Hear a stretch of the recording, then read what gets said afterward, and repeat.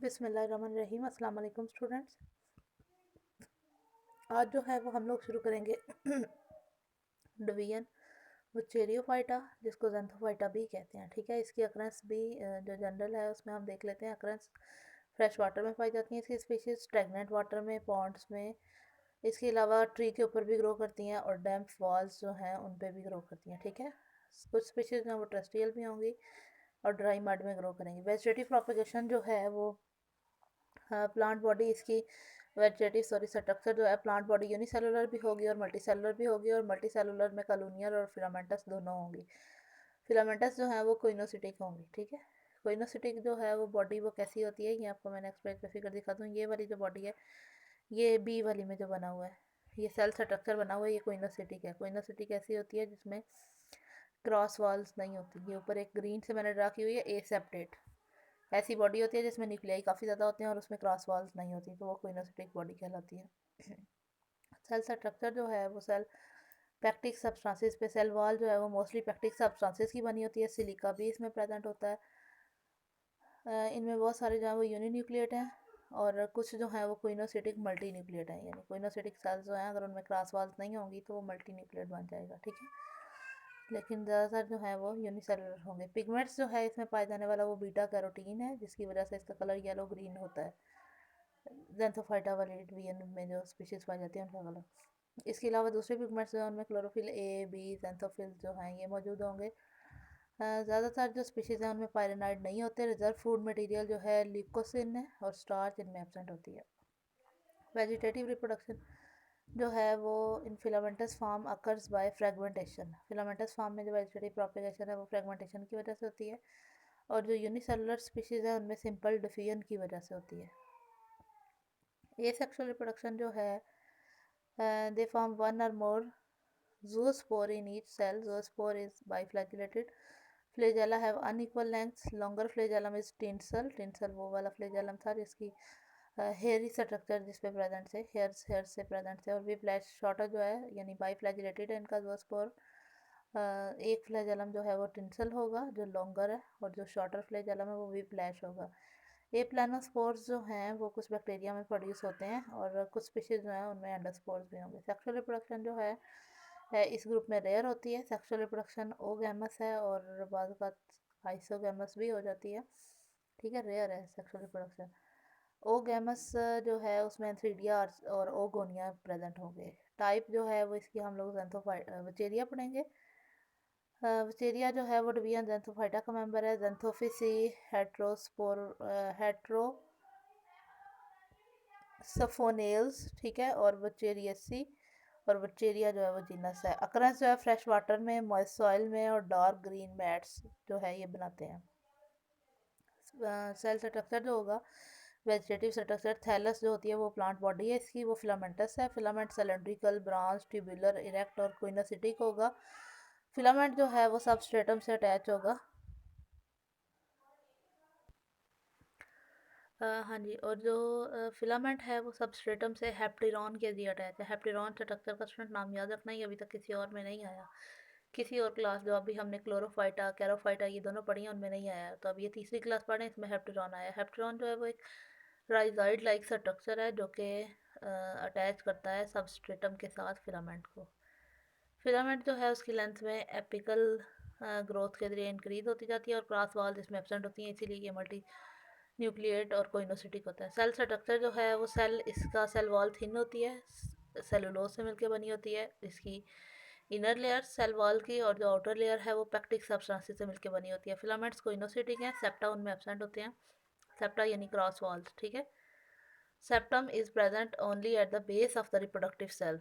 Reproductive cells सिर्फ जो है वो सेप्टा से सेपरेट होता है, बाकी जो सेल्स हैं उनमें सेप्टा नहीं होते। Cell has peripheral layer of cytoplasm. Cell में साइटोप्लाज्म की जो है वो पेरिफेरल लेयर होती है। फिगर में शायद साइटोप्लाज्म का शो हो रहा हो। साइटोप्लाज्म की जो है वो पेरिफेरल लेयर होती है। Cytoplasm surround large central vacuole. Cytoplasm जो है वो लार्ज सेंट्रल वैक्यूल के गिर्द प्रेजेंट होता है। वैक्यूल जो है उसमें सेल सैप फिल होता है। स्मॉल न्यूक्लियाई, बहुत सारे स्मॉल न्यूक्लियाई जो है वो साइटोप्लाज्म में एम्बेडेड होते हैं, ठीक है। साइटोप्लाज्म में क्लोरोप्लास्ट मौजूद होते हैं। Chloroplast Oval, circular, elliptical shape के स्ट्रक्चर हैं। पिगमेंट्स जो हैं वो क्लोरोप्लास्ट में कौन कौन से प्रेजेंट होंगे, पहले भी हमने पढ़ लिए। Chlorophyll A, chlorophyll E, beta carotene और जेंथोफिल्स जो हैं ये प्रेजेंट होंगे। जेंथोफिल जो है वो डोमिनेंट पिगमेंट है। अच्छा, नेक्स्ट जो है वो जेंथोफिल एक डोमिनेंट पिगमेंट होगा। उसके बाद इसका थैलस जो है वो येलो ग्रीन कलर का होगा। पायरिनाइड इसमें एब्सेंट है। Reserve food material oil drop है। ल्यूकोसिन आपने पढ़ा था, ठीक है। ल्यूकोसिन रिजर्व फूड मटेरियल है इनका।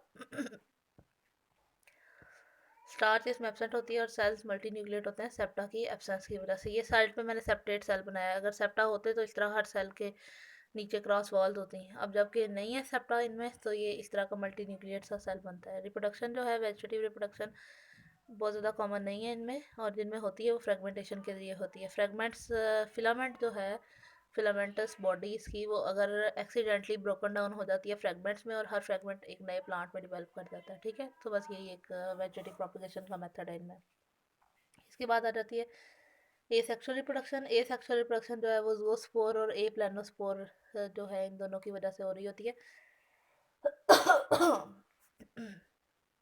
ज़ूओस्पोर जो है वो स्पोरेंजिया में बनते हैं। फिलामेंट की जो टिप है वो इनलार्ज हो जाती है और उसके एंड पे एक सेप्टम बन जाता है, जो कि बाद में क्या हो जाता है, प्रोटोप्लास्ट उसका स्पोरेंजियम, द प्रोटोप्लास्ट ऑफ, और वो स्पोरेंजियम बन जाता है, ठीक है। Protoplast of sporangium contract, it is change into multinucleate zoospore, single multinucleate zoospore, ठीक है। फ्लेजेला उसमें डिवेल्प हो जाते हैं। दो फ्लेजेला होते हैं, आपको पता है। जो लॉन्गर होता है वो टिंसल होता है और जो शॉर्टर होता है वो विप्लैश फ्लेजेला होता है। Flagella, two flagella are present opposite to the nucleus, each nucleus. Centre of zoospore is occupied by vacuole, उसके सेंटर में वैक्यूल होगा। इसमें बहुत सारे क्रोमेटोफोर्स होते हैं।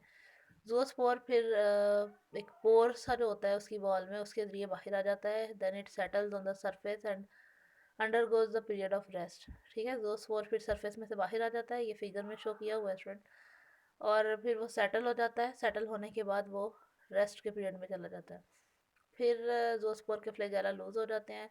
ज़ूओस्पोर की जो वॉल है वो थिक हो जाती है और जर्मिनेट कर जाता है वो, टू और मोर जर्म ट्यूब्स बना लेता है। ट्यूब्स जो हैं वो ग्रो कर जाती हैं। एक जो है वो न्यू फिलामेंट बना देती है और दूसरी जो है वो राइजाइड हेप्टेरॉन बना देती है, ठीक है। हेप्टेरॉन जो है वो राइजाइड लाइक स्ट्रक्चर होता है जो कि अटैच करता है सबस्ट्रेटम के साथ स्पीशी को, ठीक है, फिलामेंटस बॉडी को। उसके बाद है ए प्लानोस्पोर। ए प्लानोस्पोर जो है वो ट्रस्टियल फॉर्म में बनते हैं। ए प्लानोस्पोर्स के मेथड से जो वेजिटेटिव सॉरी एसेक्सुअल रिप्रोडक्शन होती है वो होती है ट्रस्टियल फॉर्म्स में। इसमें जो है वो क्या होते हैं, they are produced within a planosporangia. जैसे ज़ूओस्पोरेंजिया में प्रोड्यूस हो रहे थे, ये ए प्लानोस्पोरेंजिया में प्रोड्यूस होते हैं, जो कि शॉर्ट लेटरल ब्रांचेस की शॉर्ट टिप्स पे मौजूद होते हैं, ठीक है। फिर उसी तरह से जैसे एक ब्रांच का जो टिप है उसके एंड पे सेप्टम बन जाता है और वो ए प्लानोस्पोरेंजियम के तौर पे काम करना शुरू कर देता है। A planospore is non motile. Protoplast of sporangium is change into, फिर जो प्रोटोप्लास्ट है वो ए प्लानोस्पोर बन जाता है। ए प्लानोस्पोर नॉन मोटाइल होता है, इसमें फ्लैजेला नहीं होते। स्पोरेंजियल वॉल जो है वो रप्चर कर जाती है और ए प्लानोस्पोर को रिलीज़ कर देती है। ए प्लानोस्पोर जो नए प्लांट बनाता है वो दो तरीके से बनाता है। एक तो डायरेक्ट मेथड है जिसमें डायरेक्टली ए प्लानोस्पोर जर्मिनेट करता है और नया नया प्लांट बना देता है। इनडायरेक्ट मेथड जो है इसमें क्या होता है, during extreme desiccation condition in low temperature, या तो बहुत एक्सट्रीम डेसिकेशन हो और या फिर टेम्परेचर बहुत ज़्यादा लो हो। Thin wall divides the contents of a planospore into many parts, ठीक है। जो वॉल है वो ए प्लानोस्पोर को मुख्तलिफ पार्ट्स में डिवाइड कर देती है और हर पार्ट जो है वो एक हिप्नोस्पोर या सिस्ट के तौर पर डिवेल्प हो जाता है। ये स्टेज जो है वो चेरिया की ये गोंग्रोसीरा स्टेज कहलाती है। गोंग्रोसीरा स्टेज आपने याद रखनी है, जिसमें ए प्लानोस्पोर की वॉल उसको मुख्तलिफ छोटे छोटे पार्ट्स में या सिस्ट में डिवाइड कर देती है और इस स्टेज को हम कहते हैं गोंग्रोसीरा स्टेज। ये एलजी की गोंग्रोसीरा स्टेज से रिजेबल करती है, एलजी ही है, ठीक है। The cyst rupture in favourable condition, favourable condition में सिस्ट रप्चर कर जाता है और जो प्रोटोप्लास्ट है वो बाहर आता है अमीबाइड मूवमेंट के जरिए। और प्रोटोप्लास्ट जो है वो स्फेरिकल हो जाता है, उसकी जो नई वॉल बनती है और वो जर्मिनेट करके नया फ्लैजेलम बना देता है। ठीक है, तो ये जितने सिस्टर होंगे उतने नए जो है वो स्पीशीज़ बन जाएंगी। नेक्स्ट जो है वो ए सेक्सुअल रिप्रोडक्शन है। ठीक है, ए सेक्शन जो है स्टूडेंट्स ये हम लोग नेक्स्ट लेक्चर में पढ़ेंगे, और अगले वाला जो है होगा, अगले वाली जो आपकी एलजी की डिवीजन होगी वो भी हम साथ ही स्टार्ट कर लेंगे। ठीक है, जैसे कि आज हम ज़ैंथोफाइटा पढ़ रहे थे, इसको आप लोगों ने अच्छी तरह से याद कर लें।